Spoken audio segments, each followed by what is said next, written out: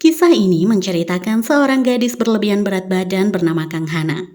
Ayahnya yang menderita demensia akut mengharuskannya bekerja lebih keras lagi untuk menghidupi sang ayah tercinta.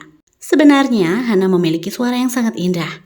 Akan tetapi dia hanya menjadi penyanyi di balik layar untuk mengisi suara seorang artis bertubuh seksi bernama Ami. Suatu ketika ia tidak sengaja terjatuh dan merobohkan panggung bawah tanah saat terpesona oleh Sang Jun, si produser musik pujaan hatinya. Hal itu hampir saja menggagalkan konser Ami, namun Sang Jun berhasil mengatasinya. Setelah konser selesai, Ami yang kesal menyudutkan Hana sebelum akhirnya Sang Jun justru datang memuji dan membuatnya berbunga-bunga. Sebelumnya, Hana pernah merasakan cinta dari seorang pria.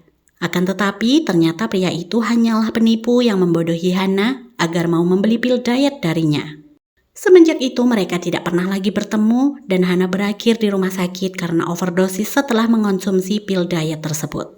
Hana dengan sahabatnya Jongmina memutuskan membuat tato yang sama berlambang Hakuna Matata di pinggang, yang konon bisa memberikan keberuntungan.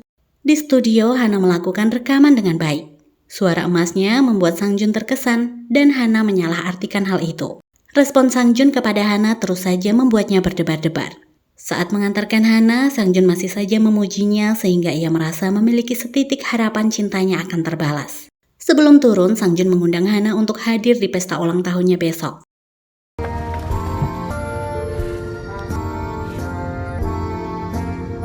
Keesokannya, Hana mendapatkan sebuah paket berisikan gaun yang bertulis pengirimnya adalah Sang Jun. Ia meminta agar Hana memakainya di pesta ulang tahun nanti malam. 난 잘 모르겠다. Hana memberikan kado sweater yang ia buat sendiri untuk Sang Jun dan ia menyukainya. Saat Hana melepas mantelnya, semua orang menatap keheranan karena gaun yang ia pakai terlihat begitu sesak. Hana mengatakan kepada Sang Jun jika ia memakainya karena itu adalah gaun pemberiannya. Seketika Sang Jun terdiam kebingungan. Tak lama Ami datang dengan mengenakan gaun yang sama. Ternyata Amilah yang mengirim gaun itu untuk mempermalukan Hana. Sang Jun memperingatkan Ami agar tidak perlu melakukan hal itu, sebab mereka hanya memanfaatkan Hana saja. Jika Hana sakit hati dan pergi, maka itu akan menghancurkan produksi musik mereka. Ternyata Hana mendengarkan pembicaraan mereka di dalam toilet. Dalam keadaan hancur, Hana pulang sembari menangis dan mengisolasi diri. Di ambang keputusasaan, Hana memutuskan untuk mendatangi seorang dokter bedah plastik untuk mengubah fisiknya secara keseluruhan. Awalnya, sang dokter menolak karena hal itu terlalu beresiko. Hana kemudian menunjukkan rekaman ketika sang dokter melakukan sebuah panggilan dewasa dengannya. Selama ini, Hana melakukannya sebagai pekerjaan sampingan, di mana para pelanggannya mengira Hana adalah seorang gadis cantik dengan tubuh yang indah. Takut rahasianya dibongkar, akhirnya sang dokter sepakat untuk melakukan operasi plastik untuk Hana. Dengan berat hati, Hana membuang anjing kesayangannya dan pergi dari tempat tinggal lamanya untuk memulai hidup baru. Dimulai dengan hitungan mundur, sang dokter memulai operasi dibantu beberapa asistennya.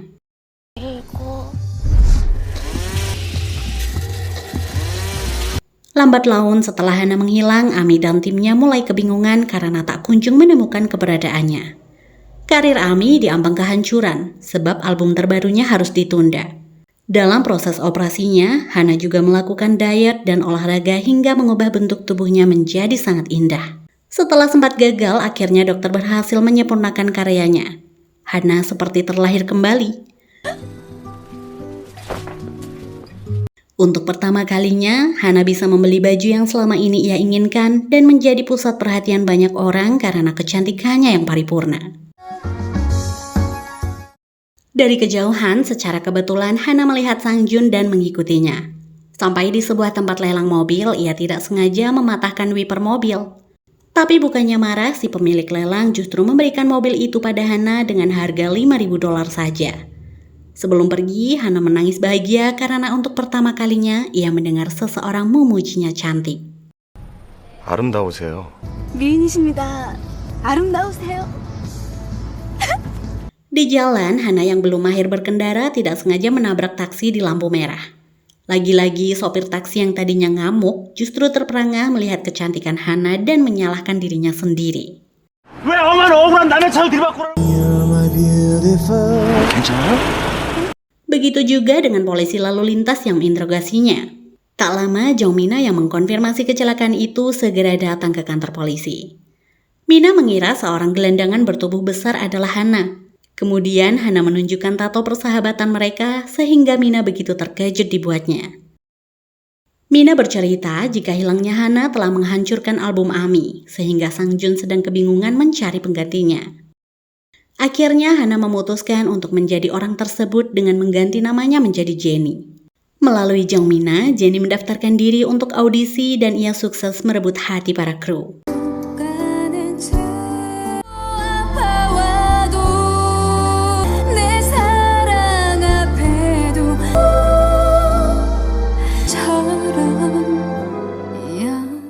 Tidak butuh waktu lama, Jennie mulai menggeser posisi Ami dengan menjadi model dan bintang iklan di beberapa stasiun televisi. Tak terkecuali dengan Sang Jun yang mulai memberikan perhatiannya. Sedangkan Ami memantau Jennie dari layar kaca dan berjuang mencari keberadaan Hana untuk mengembalikan posisinya. Di sisi lain, saat Jennie sedang makan bersama Sang Jun, ia terkejut mendengar pembicaraannya dengan Ami. Akhirnya Jennie tahu selama ini mereka mencari Hana dengan mengawasi ayahnya yang demensia, agar mereka bisa mendapatkan Hana saat menjenguk sang ayah. Di kolam renang, Jennie bertemu Ami yang memintanya menggosokkan lulur. Sambil berbincang, Ami mengintimidasi Jennie agar ia tidak percaya diri pada kecantikannya. Jennie yang takut rahasianya melakukan operasi plastik terbongkar meminta solusi pada dokter. Sang dokter memberi saran dan meyakinkan bahwa hampir semua artis melakukan implan. Jennie mencoba apa yang diajarkan dokter saat melakukan rekaman. Akan tetapi, Sang Jun tidak terkesan dan justru memperlihatkan video rekaman Hana. Ia ingin Jennie mempelajari gestur serta cara Hana membawakan lagunya. Saat Jennie menghinanya karena tak ingin ketahuan, Sang Jun justru marah dan berkata jika Hana spesial baginya. Karena Hana lah Sang Jun menerima Jennie. Sebab suara mereka yang sama serta sorotan matanya saat pertama kali Sang Jun melihat Jennie. Jennie yang terlalu percaya diri hendak mengakui yang sebenarnya. Akan tetapi Jong Mina melarang karena khawatir akan dianggap sebagai penipuan. Namun Mina juga mengatakan jika wanita yang melakukan operasi plastik adalah monster, sehingga membuat Jennie sakit hati. Di malam hari, Jennie mendatangi Sang Jun untuk memastikan ucapan Mina. Sarang, si anjing lucu milik Hana, tiba-tiba berlari mendatanginya. Jennie akhirnya tahu jika Sang Jun juga merawat sarang untuk menunggu kedatangan Hana. Namun Jennie tampak sedih ketika mendengar respon Sang Jun mengenai wanita yang melakukan operasi plastik. Sang Jun beranggapan bahwa semua wanita oplas itu tidak masalah asal dia bukan pacarnya. Jennie akhirnya memutuskan untuk melupakan segalanya tentang Hana, termasuk kenangan bersama sahabatnya Jong Mina. Tiba saatnya Jennie akan melakukan konser pertama yang hendak diliput di salah satu stasiun televisi. Tapi tiba-tiba dia menerima telepon yang mengabarkan Mina masuk rumah sakit gara-gara menelan 30 pil obat tidur. Jennie tahu alasan Mina melakukan itu karena dicampakkan oleh pacarnya yang hanya memanfaatkan uang Mina saja. Jennie begitu marah karena teringat kejadian sama yang pernah dialaminya saat menjadi Hana. Saat berhasil menemui pacar Mina di lift, Jennie menghajarnya tanpa ampun. Sampai lift terbuka, Sang Jun terkejut melihat itu dan segera masuk. Khawatir akan menjadi hal buruk bagi Jennie, Sang Jun merobek roknya dan memberikan sejumlah uang pada pacar Mina agar tidak lapor polisi. Kemudian ia membuat kejadian tersebut seolah pria tadi adalah penguntit yang hampir melukai Jennie. Beruntung mereka masih bisa mengejar waktu ke tempat konser pertama Jennie. Bingung karena persiapan yang belum matang dan waktu yang terbatas, akhirnya Sang Jun meyakinkan Jennie dengan suaranya yang indah. Meskipun pakaiannya begitu berantakan. Di panggung, Jennie tampak canggung dan tidak percaya diri sehingga membuat penonton sedikit kecewa. Tapi melihat raut Sang Jun, Jennie meluapkan semua hingga mendapatkan pembawaan lagu yang begitu hidup dan semua orang pun menyukainya.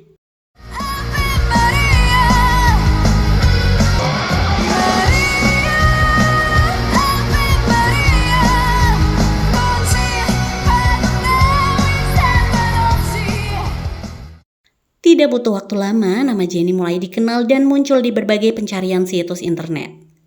Hubungan Jennie dan Sang Jun juga semakin dekat. Ketika mereka berciuman, Jennie menghindari Sang Jun yang mencoba menyentuh bagian sensitif, sebab khawatir Sang Jun akan merasakan yang disentuhnya adalah implan. Jennie yang mengantuk kemudian tertidur, sedangkan Sang Jun yang masih terjaga mengambil selimut untuknya. Sesuatu yang mengejutkan tiba-tiba menyadarkan Sang Jun. Ia melihat lambang Hakuna Matata di kaca yang Jenny buat menggunakan jarinya. Lambang itu sama persis dengan yang pernah Sang Jun lihat dalam kertas lagu milik Hana. Akhirnya Sang Jun menyadari Hana dan Jenny memiliki kepribadian yang sama persis. Merasa mereka bukanlah orang yang berbeda, Sang Jun kini bersikap dingin pada Jenny dan memintanya untuk menganggap tidak pernah ada yang terjadi di antara mereka. Di sisi lain, Ami yang diam-diam mengawasi Jenny akhirnya tahu jika dia adalah Hana yang melakukan operasi plastik. Ami membawa ayah Hana ke tempat pesta perusahaan dan menemui Jenny. Jenny yang panik terpaksa berpura-pura tidak mengenali ayahnya yang sangat ia cintai. Sementara itu, Sang Jun memastikan kebenaran dengan memanggil Jenny menggunakan nama Hana. Jenny mengakui itu dan terjadi perdebatan kecil. Sang Jun yang terlihat menghina dengan ucapannya membuat Jenny terluka. Akhirnya Jenny menegaskan bahwa Sang Jun tidak perlu khawatir sebab ia akan tetap melakukan konser dengan baik. Meskipun ia telah dianggap sebatas produk bagi Sang Jun dan ia merasakan cinta bertepuk sebelah tangan selama ini. Kemudian Jenny menyingkirkan beberapa kaset albumnya karena ia merasa seperti monster yang telah melakukan operasi plastik dan membuat tangannya berdarah. Sang Jun merasa bersalah dan mencoba menolongnya. Akan tetapi Jenny menolak lalu berkata, jika Sang Jun telah melukai hatinya sehingga tisu tidak akan berguna untuk memperbaikinya. Ami dengan segala ambisinya membongkar siapa Jenny kepada CEO perusahaan. Pak CEO yang merasa ditipu menghina Jenny dan melecehkannya secara verbal. Sang Jun tidak terima dan dengan berani memecah gelas serta merusak perjanjian kontrak. Ia berjanji akan tetap membuat konser Jenny menjadi sukses dan Jenny terharu dengan apa yang dilakukannya. Di malam acara sebelum Jenny bernyanyi di atas panggung, ia tiba-tiba mengejutkan semua penonton. Akhirnya Jenny mengakui jati dirinya di hadapan semua orang. Ia menceritakan bagaimana penderitaan yang ia alami saat menjadi Hana. Betapa sulitnya saat ia harus hidup menjadi penyanyi di balik layar untuk orang lain. Ia meminta maaf kepada semuanya karena merasa membohongi banyak orang, terutama kepada ayah dan sahabatnya Jongmina, dan semua fans yang telah membuatnya merasa dicintai. Tiba-tiba salah satu fans Jenny yang begitu tulus berteriak tidak apa-apa. Seketika semua mengikutinya dan menerima Hana di hati mereka. Hana turun panggung untuk memeluk sang ayah dan konser pun berjalan begitu haru.